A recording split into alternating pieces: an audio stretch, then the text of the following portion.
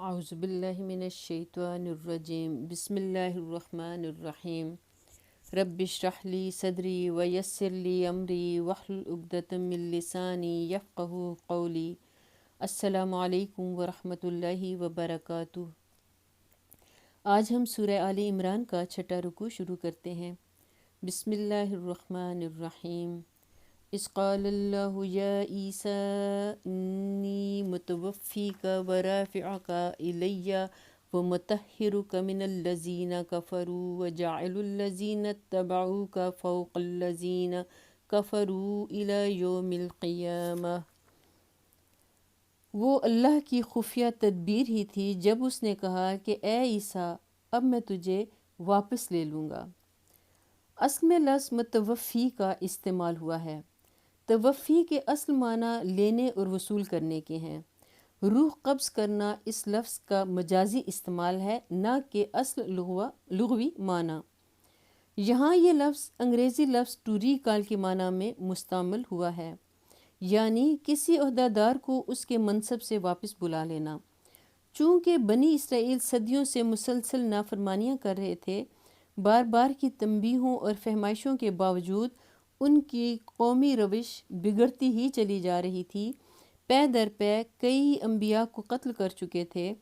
اور ہر اس بندہ صالح کے خون کے پیاسے ہو جاتے تھے جو نیکی اور راستی کی طرف انہیں دعوت دیتا تھا۔ اس لیے اللہ تعالیٰ نے ان پر حجت تمام کرنے اور انہیں ایک آخری موقع دینے کے لیے حضرت عیسیٰ علیہ السلام اور حضرت یحییٰ علیہ السلام جیسے دو جلیل القدر پیغمبروں کو بیک وقت مبعوث کیا، جن کے ساتھ مامور من اللہ ہونے کی ایسی کھلی کھلی نشانیاں تھیں کہ ان سے انکار صرف وہی لوگ کر سکتے تھے جو حق و صداقت سے انتہا درجے کا عناد رکھتے ہوں، یعنی دشمنی رکھتے ہوں، اور حق کے مقابلے میں جن کی جسارت و بے باکی حد کو پہنچ چکی ہو۔ مگر بنی اسرائیل نے اس آخری موقع کو بھی ہاتھ سے کھو دیا، اور صرف اتنا ہی نہ کیا کہ ان دونوں پیغمبروں کی دعوت رد کر دی، بلکہ ان کے ایک رئیس نے علل اعلان حضرت یحییٰ جیسے بلند پایہ انسان کا سر ایک رقاصہ کی فرمائش پر قلم کرا دیا، اور ان کے علماء و فقہا نے سازش کر کے حضرت عیسیٰ علیہ السلام کو رومی سلطنت سے سزائے موت دلوانے کی کوشش کی۔ اس کے بعد بنی اسرائیل کی فہمائش پر مزید وقت اور قوت صرف کرنا بالکل فضول تھا۔ اس لیے اللہ تعالیٰ نے اپنے پیغمبر کو واپس بلا لیا اور قیامت تک کے لیے بنی اسرائیل پر ذلت کی زندگی کا فیصلہ لکھ دیا۔ یہاں یہ بات سمجھ لینی چاہیے کہ قرآن کی یہ پوری تقریر دراصل عیسائیوں کے عقیدہ الوہیت مسیح کی تردید و اصلاح کے لیے ہے، اور عیسائیوں میں اس عقیدے کے پیدا ہونے کے اہم ترین اسباب تین تھے۔ ایک یہ کہ حضرت مسیح کی اعجازی ولادت، دوسرا ان کے صریح محسوس ہونے والے معجزات، تیسرا ان کا آسمان کی طرف اٹھایا جانا، جس کا ذکر صاف الفاظ میں ان کی کتابوں میں پایا جاتا ہے۔ قرآن نے پہلی بات کی تصدیق کی اور فرمایا کہ مسیح علیہ السلام کا بے باپ پیدا ہونا محض اللہ کی قدرت کا کرشمہ تھا۔ اللہ جس کو جس طرح چاہتا ہے پیدا کرتا ہے۔ یہ غیر معمولی طریقے پیدائش ہرگز اس بات کی دلیل نہیں ہے کہ مسیح خدا تھا یا خدائی میں کچھ بھی حصہ رکھتا تھا۔ دوسری بات کی بھی قرآن نے تصدیق کی اور خود مسیح علیہ السلام کے معجزات ایک ایک کر کے گنائے، مگر بتا دیا کہ یہ سارے کام اس نے اللہ کے اذن سے کیے تھے، باختیار خود کچھ بھی نہیں کیا۔ اس لیے ان میں سے بھی کوئی بات ایسی نہیں ہے جس سے تم یہ نتیجہ نکالنے میں کچھ بھی حق بجانب ہو کہ مسیح علیہ السلام کا خدائی میں کوئی حصہ تھا۔ اب تیسری بات کے متعلق اگر عیسائیوں کی روایت سرے سے بالکل ہی غلط ہوتی، تب تو ان کو عقیدہ الوہیت مسیح کی تردید کے لیے ضروری تھا کہ صاف صاف کہہ دیا جاتا کہ جسے تم الہ اور ابن اللہ بنا رہے ہو وہ مر کر مٹی میں مل چکا ہے۔ مزید اطمینان چاہتے ہو تو فلاں مقام پر جا کر اس کی قبر دیکھ لو۔ لیکن ایسا کرنے کے بجائے قرآن صرف یہی نہیں کہ ان کی موت کی تصریح نہیں کرتا،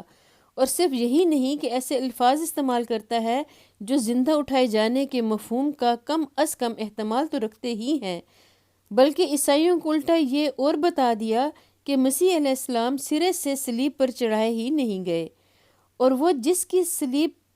پر چڑھی ہوئی تصاویر کو اور وہ جس کی صلیب پر چڑھی ہوئی حالت کی تصویر تم لیے پھرتے ہو وہ مسیح نہ تھا، مسیح کو تو اس سے پہلے ہی خدا نے اٹھا لیا تھا، اور تجھ کو اپنی طرف اٹھا لوں گا، اور جنہوں نے تیرا انکار کیا ہے ان سے، یعنی ان کی معیت سے اور ان کے گندے ماحول میں ان کے ساتھ رہنے سے تجھے پاک کر دوں گا، اور تیری پیروی کرنے والوں کو قیامت تک ان لوگوں پر بالادست رکھوں گا جنہوں نے تیرا انکار کیا ہے۔ انکار کرنے والوں سے مراد یہودی ہیں جن کو حضرت عیسیٰ علیہ السلام نے ایمان لانے کی دعوت دی اور انہوں نے اسے رد کر دیا۔ بخلاف اس کے پیروی کرنے والوں نے مراد اگر صحیح پیروی کرنے والے ہوں بخلاف اس کے پیروی کرنے والوں سے مراد اگر صحیح پیروی کرنے والے ہوں تو وہ صرف مسلمان ہیں، اور اگر اس سے مراد فی الجملہ آن جناب کے ماننے والے ہوں تو ان میں عیسائی اور مسلمان دونوں شامل ہیں۔ ثم الی مرجعکم فاحکم بینکم فیما کنتم فیہ تختلفون،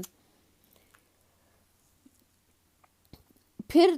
تم سب کو آخر کار میرے پاس آنا ہے، اس وقت میں ان باتوں کا فیصلہ کر دوں گا جن میں تمہارے درمیان اختلاف ہوا ہے۔ فَأَمَّا الَّذِينَ كَفَرُوا فَأُعَذِّبُهُمْ عَذَابًا شَدِيدًا فِي الدُّنْيَا وَالْآخِرَةِ وَمَا لَهُم مِّن نَّاصِرِينَ، جن لوگوں نے کفر و انکار کی روش اختیار کی ہے انہیں دنیا اور آخرت دونوں میں سخت سزا دوں گا اور وہ کوئی مددگار نہ پائیں گے۔ وَأَمَّا الَّذِينَ آمَنُوا وَعَمِلُوا الصَّالِحَاتِ فَيُوَفِّيهِمْ أُجُورَهُمْ وَاللَّهُ لَا يُحِبُّ الظَّالِمِينَ، اور جنہوں نے ایمان اور نیک عمل کرنے کا رویہ اختیار کیا ہے انہیں ان کے اجر پورے پورے دے دیے جائیں گے، اور خوب جان لو کہ ظالموں سے اللہ ہرگز محبت نہیں کرتا۔ ذَلِكَ نَتْلُوهُ عَلَيْكَ مِنَ الْآيَاتِ وَالذِّكْرِ الْحَكِيمِ، یہ آیات اور حکمت سے لبریز تذکرے ہیں جو ہم تمہیں سنا رہے ہیں۔ ان مثل عیسیٰ عند اللہ کمثل آدم خلقہ من تراب ثم قال له کن فیکون، اللہ کے نزدیک عیسیٰ کی مثال آدم علیہ السلام کی سی ہے کہ اللہ نے اسے مٹی سے پیدا کیا اور حکم دیا کہ ہو جا، اور وہ ہو گیا۔ یعنی اگر محض اعجازی پیدائش ہی کسی کو خدا یا خدا کا بیٹا بنانے کے لیے کافی دلیل ہو تب تو پھر تمہیں آدم علیہ السلام کے متعلق بدرجہ اولا ایسا عقیدہ تجویز کرنا چاہیے تھا، کیونکہ مسیح علیہ السلام تو صرف بے باپ ہی کے پیدا ہوئے تھے، مگر آدم علیہ السلام ماں اور باپ دونوں کے بغیر پیدا ہوئے تھے۔ الحق من ربک فلا تکن من الممترین، یہ اصل حق ہے، حقیقت ہے، یہ اصل حقیقت ہے جو تمہارے رب کی طرف سے بتائی جا رہی ہے، اور تم ان لوگوں میں شامل نہ ہو جو اس میں شک کرتے ہیں۔ یہاں تک کی تقریر میں جو بنیادی نکات عیسائیوں کے سامنے پیش کیے گئے ہیں ان کا خلاصہ علی ترتیب حسب ذیل ہے۔ پہلا امر جو ان کے ذہن نشین کرنے کی کوشش کی گئی ہے یہ ہے کہ مسیح علیہ السلام کی الوہیت کا اعتقاد تمہارے اندر جن وجوہ سے پیدا ہوا ہے ان میں سے کوئی وجہ بھی ایسے اعتقاد کے لیے صحیح نہیں ہے۔ ایک انسان تھا جس کو اللہ نے اپنی مصلحتوں کے تحت مناسب سمجھا کہ غیر معمولی صورت سے پیدا کرے اور اسے ایسے معجزے عطا کرے جو نبوت کی صریح علامت ہوں، اور منکرین حق کو اسے صلیب پر نہ چڑھانے دے بلکہ اس کو اپنے پاس اٹھا لے۔ مالک کو اختیار ہے اپنے جس بندے کو جس طرح چاہے استعمال کرے۔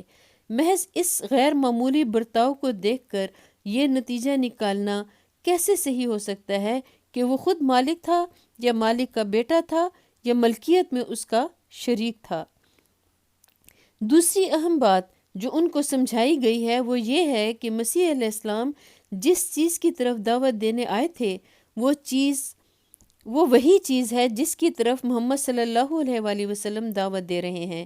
دونوں کے مشن میں یکسر منہ فرق نہیں ہے، یعنی بالکل کوئی فرق نہیں ہے۔ تیسرا بنیادی نقطہ اس تقریر کا یہ ہے کہ مسیح علیہ السلام کے بعد ان کے حواریوں کا مذہب بھی یہی اسلام تھا جو قرآن پیش کر رہا ہے۔ بعد کی عیسائیت نہ اس تعلیم پر قائم رہی جو مسیح علیہ السلام نے دی تھی، نہ اس مذہب کی پیرو رہی جس کا اتباع مسیح علیہ السلام کے حواری کرتے تھے۔ فمن حاجك فيه من بعد ما جاءك من العلم فقل تعالوا ندعو أبناءنا وأبناءكم ونساءنا ونساءكم وأنفسنا وأنفسكم ثم نبتهل فنجعل لعنة الله على الكاذبين۔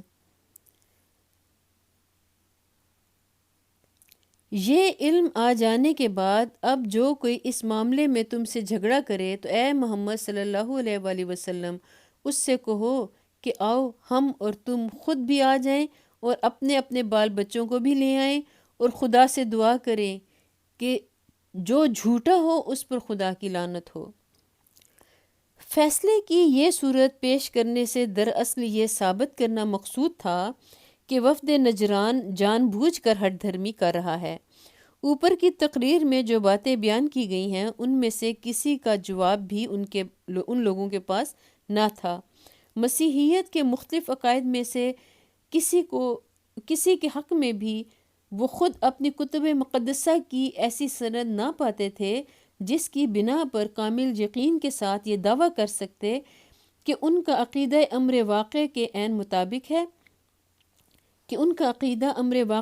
مطابق ہے اور حقیقت اس کے خلاف ہرگز نہیں ہے۔ پھر نبی صلی اللہ علیہ وآلہ وسلم کی سیرت، آپ صلی اللہ علیہ وآلہ وسلم کی تعلیم اور آپ صلی اللہ علیہ وآلہ وسلم کے کارناموں کو دیکھ کر اکثر اہل وفد اپنے دلوں میں آپ صلی اللہ علیہ وآلہ وسلم کی نبوت کے قائل بھی ہو گئے تھے یا کم از کم اپنے انکار میں متزلزل ہو چکے تھے۔ اس لیے جب ان سے کہا گیا کہ اچھا اگر تمہیں اپنے عقیدے کی صداقت کا پورا یقین ہے تو آؤ ہمارے مقابلے میں دعا کرو کہ جو جھوٹا ہو اس پر خدا کی لعنت ہو، تو ان میں سے کوئی اس مقابلے کے لیے تیار نہ ہوا۔ اس طرح یہ بات تمام عرب کے سامنے کھل گئی کہ نجرانی مسیحیت کے پیشوا اور پادری جن کے تقدس کا سکہ دور دور تک رواں ہے، دراصل ایسے عقائد کا اتباع کر رہے ہیں جن کی صداقت پر خود انہیں کامل اعتماد نہیں ہے۔ ان ھذا لھو القصص الحق وما من الہ الا اللہ وان اللہ لھو العزیز الحکیم فإن تولوا فإن اللہ علیم بالمفسدین۔ یہ بالکل صحیح واقعات ہیں اور حقیقت یہ ہے کہ اللہ کے سوا کوئی خداوند نہیں ہے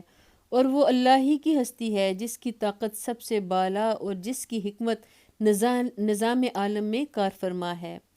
پس اگر یہ لوگ اس شرط پر مقابلے میں آنے سے منہ موڑیں تو ان کا مفسد ہونا صاف کھل جائے گا اور اللہ تو مفسدوں کے حال سے واقف ہی ہے۔ یہاں ہمارا چھٹا رکوع مکمل ہوتا ہے۔ اللہ تعالیٰ سے دعا ہے کہ وہ ہمیں جو ہم نے پڑھا، جو ہم نے سنا، اسے ہمیں سمجھنے کی اور بہترین عمل کرنے کی توفیق عطا فرمائے۔ اللہ تعالیٰ ہمارے گناہوں کو معاف فرمائے اور پڑھنے کے دوران مجھ سے قرآن مجید پڑھنے کے دوران مجھ سے اگر غلطی ہو گئی ہو تو اللہ تعالیٰ مجھے معاف فرمائے۔ وآخر دعوانا ان الحمد للہ رب العالمین۔